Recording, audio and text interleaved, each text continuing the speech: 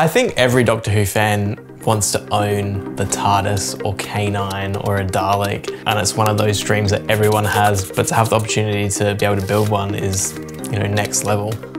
So my dad, when I was a kid, made me a TARDIS console, he made me a police box, and then from that I learned how to make it myself, and that has sort of followed me throughout my sort of film career, and so I build sets and do production design things and things like that. So the chance to make a Dalek was kind of too good to miss.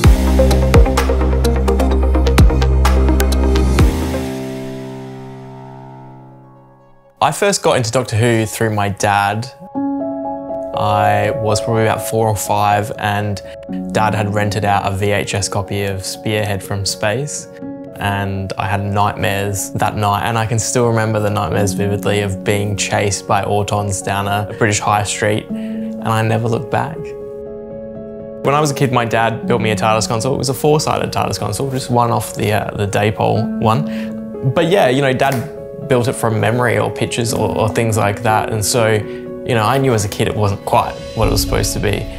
And then when he built me a TARDIS, you know, it only had the doors part. There wasn't anything on the sides and stuff. So there were things that I knew I could do to sort of tweak it. And then in about 2007, I built my own new Series Dalek, and we built a K9. When I got into sort of Star Trek fan filmmaking, which is where sort of I'm, I guess, most well known online, we built sets, costumes, props for all that.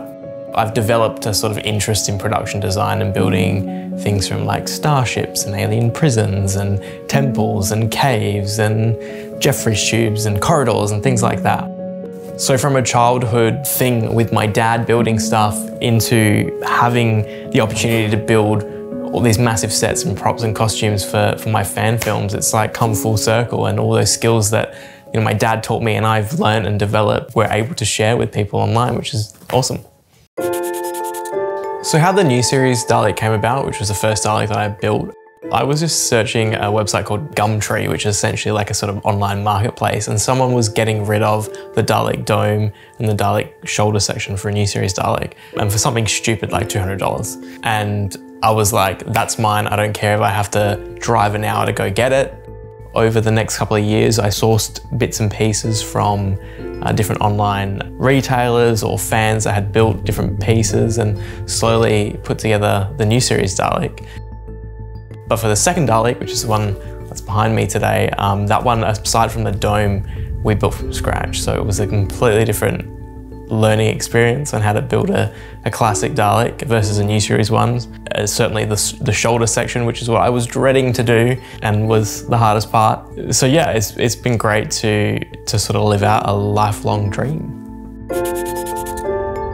So the good thing about building a Dalek is that there are so many fans online who have built communities about building Daleks. So prime example is Project Dalek, which is a website resource and also an online forum where people share not only their build diaries, but also 3D parts and plans and a builder's guide.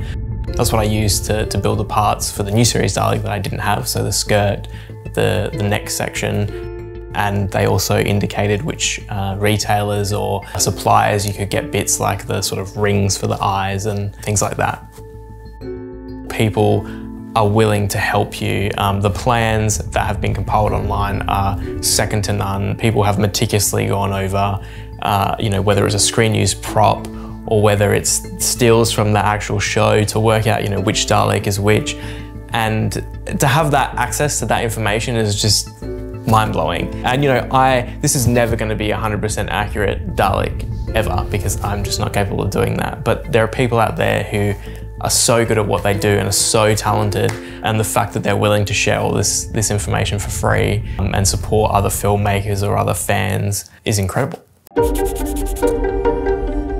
I think with the new Series Dalek, a lot of the design elements are very sort of self-contained. So you have those slat sections around the midsection, which are all sort of one piece. And you know, if you can source them online, pretty easy to install. Whereas with the sort of classic Series Dalek, there's a sort of collar section, which is one piece, and that has to be sort of chopped out the right distance, and then you have a mesh section that goes on top, and then on top of that you have these slats which are pop riveted in. So it's a little bit trickier, but building it almost from scratch, you know, aside from the dome, has really shown me how clever the original designers were on being able to take a plan from somebody and to replicate that with less resources than, you know, I probably would ever have, and to be that innovative and to put those parts together to make something that's completely unique and completely iconic. That's incredible. First of all, I'm no professional builder. I'm building this for fun with the resources I have available. I'm in Australia.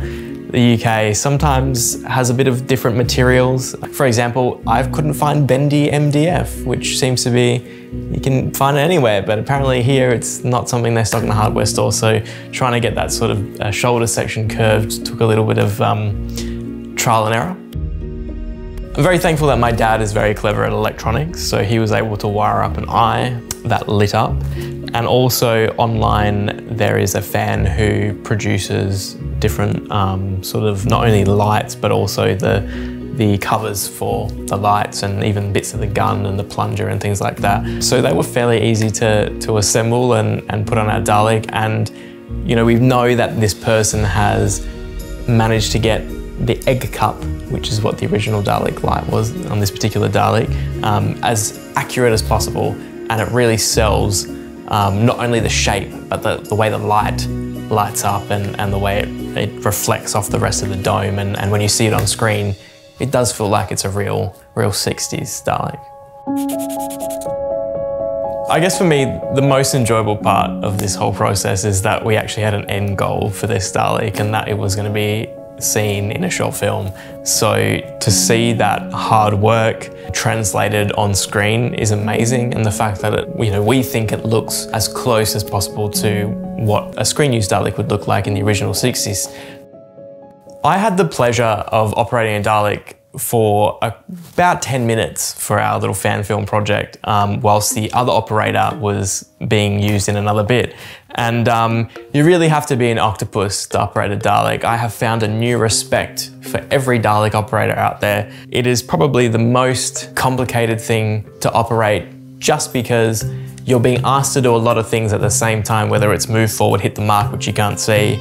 You need to move the head, do the lights. You know, ours, we didn't actually have the eye moving up and down, so we had to position it manually, but you know, that was another thing to try and make sure that it was lining up to the right actor, or whether you have to use the plunger or the gun, and it was so much going on, and it was hot, and you're trapped in a tin can, and you can't really move properly.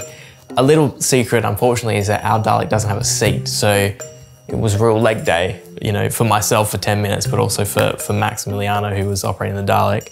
So yeah, you know, whenever you see a Dalek on screen, give a thought to that operator inside, because I'm sure they're doing hell. So if you're interested in staying up to date with our Dalek project, you can find me at Aaron Vanderkley Filmmaker on Facebook. Otherwise, if you're interested in Star Trek and Star Trek fan films, you can check out our award-winning Star Trek fan films at Voyager's Fan Film, either on YouTube, Facebook, or Instagram. Don't forget to click below to subscribe to the official Josh Nez YouTube channel. How could I possibly forget that?